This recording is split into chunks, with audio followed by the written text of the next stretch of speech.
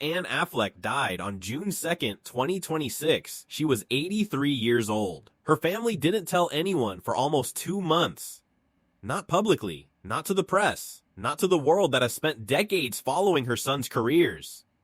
They kept it between themselves. They held the grief close, the way you do when a loss is too raw and too sacred to share with strangers before you've had time to sit with it yourself. It wasn't until July 23rd, 51 days after she passed, that the family announced her death through an obituary published in the Boston Globe.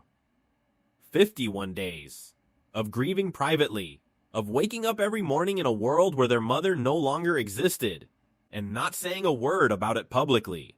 Because some things don't belong to the public first. When the news finally came out, a source close to the family told people, her death is hitting Ben and Casey really hard. Losing your mom is an unimaginable loss at any age, and they're grieving deeply. Deeply. That word was chosen carefully. This isn't surface pain.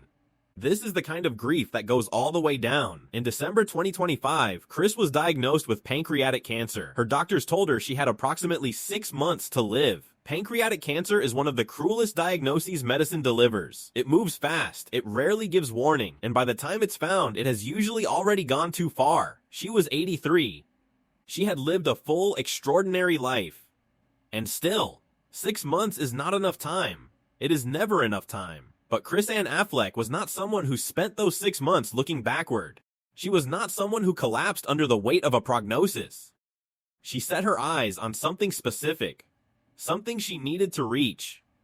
One graduation, one more milestone, one more moment with one of the grandchildren who had been the joy of her final years. She held on for that. Her grandson Atticus, Casey's son with actress Summer Phoenix, was graduating from high school in the spring of 2026. Chris made that the fixed point of her remaining months. That was what she was living toward.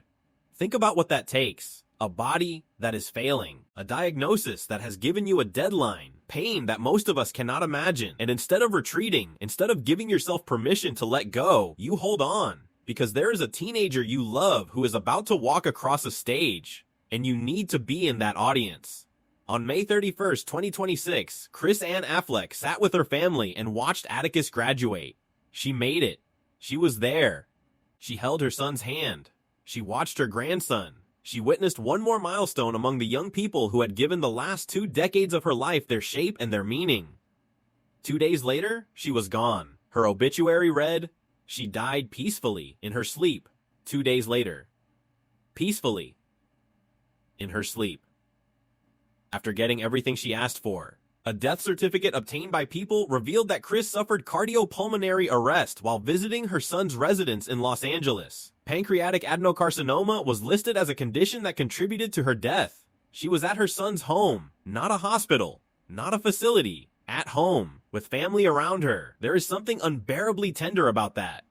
A woman who spent her life showing up for other people, for her students, for her sons, for her grandchildren, for strangers marching in Mississippi, spending her last hours in a place that belonged to one of the boys she raised. She wasn't alone. She was surrounded. The way she deserved to be. Now. Before we talk about what her sons lost, we need to talk about who she actually was. Because Anne Affleck was remarkable long before she was anyone's mother. Born Christopher Ann Bolt in New York City in 1942, she grew up admiring her stepfather Sam, a World War II veteran and civil rights supporter who made a lasting impression on her sense of justice. That sense of justice showed up early. At school, when a teacher dismissed her objection to Jim Crow laws by suggesting she hadn't heard the opposing position, Chris walked to a payphone and called Woolworths to ask directly whether they refused service to black customers. Not to prove a point, to check whether she was wrong. She wasn't. She taught literacy during Freedom Summer in Mississippi. She marched against the Vietnam War. She was one of the first Radcliffe women to receive a Harvard diploma.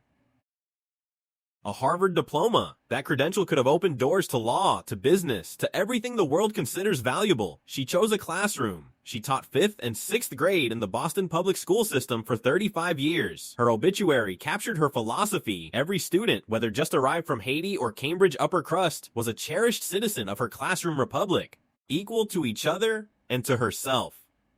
Equal to each other and to herself. That's not a teaching method. That's a moral code. And she applied it every single day for 35 years. After her death, Pulitzer Prize-winning author Mossab Abu Toha shared a public statement describing Chris as one of the most steadfast advocates for Palestine he had ever encountered. During the COVID pandemic, she stopped by to see us with a free Gaza poster displayed on her car, he wrote. Many people know Chris as the mother of Ben and Casey Affleck. What many, perhaps most, do not know is that she was also one of the most steadfast advocates for Palestine, even in the last years of her life, still showing up, still advocating, still caring about people she would never meet. Here is the part of this story that should never be forgotten. Ben Affleck is one of the most successful filmmakers and actors of his generation. Casey Affleck is an Academy Award winner. Neither of that would have happened the way it did without her. Ben told Parade magazine in 2007, "I got into acting as a young child on account of a sort of arbitrary thing. A friend of my mom's was a casting director. Really as kind of a lark." He added, "I had a couple of acting jobs that had just enough exposure to give me the option to continue if I wanted to. I followed through with it." The friend of his mom's was Patty Collins, Chris's former Harvard roommate. Chris made that introduction. She built the bridge her son walked across into an industry that had no reason to open its doors to a kid from Cambridge with no connections. And when the night came, when Good Will Hunting won the Oscar for Best Original Screenplay in 1998, Ben brought his mother. Not a girlfriend. Not a publicist. His mother. Ben later reflected on that evening, "We were sitting next to our moms and we won. And we kind of hugged our moms." I remember thinking, why? Why is it weird that we're bringing our moms? Who else do you think we would bring? There was nobody else that was going to go. Of course our moms were gonna go. That was really innocent and not faked.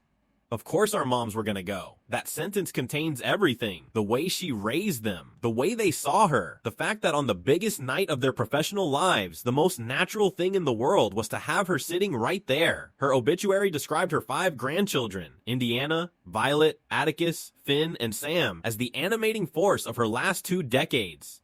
Indiana is 22. Violet is 20. Atticus is 18. Finn is 17. Sam is 12. 5 grandchildren, across 2 families, from 2 sons who grew up very differently but were shaped by the same woman. Chris poured herself into all of them, not because she had to, because they were the continuation of everything she had built and believed in. She was proud of their accomplishments. But what she loved most, according to the people who knew her best, was watching them question authority, watching them push back, watching the skepticism and the curiosity and the moral courage she had carried her whole life show up in the next generation. She didn't raise children to be compliant. She raised them to think. And then she watched her grandchildren think, and it made her proud in the deepest possible way. The graduation she held on for. Atticus, walking across that stage, her in the audience. That wasn't just a milestone. That was a grandmother watching proof that her life had meant something. Losing your mom is an unimaginable loss at any age, the source told People.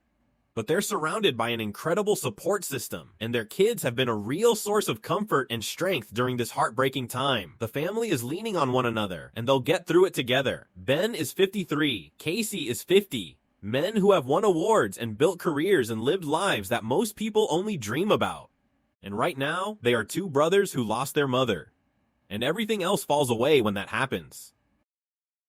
The grandchildren she loved are the ones now holding her sons together. The generation she poured herself into for 2 decades, now returning that love in the most painful possible moment. That's what she built. That's what's holding them up. It doesn't make the grief smaller. Nothing makes it smaller, but it makes it survivable. Chris Anne Affleck was 83 years old. She taught for 35 years. She marched in Mississippi. She earned a Harvard degree and chose a public school classroom anyway. She raised 2 sons after their father left and never stopped showing up for them. She introduced Ben to the casting director who started his career. She sat beside him when the Oscar landed in his hands. She held on through cancer to watch a grandson graduate. She closed her eyes 2 days later at her son's home, peacefully, surrounded by love. Her obituary said her 5 grandchildren were the animating force of her last 2 decades. And now, they are the ones who will carry her forward in the way they question authority, in the way they treat people as equals, in the way they show up for each other when it hurts. She is gone. But everything she poured into them, that stays. Rest in peace, Chris Anne. You were so much more than anyone knew.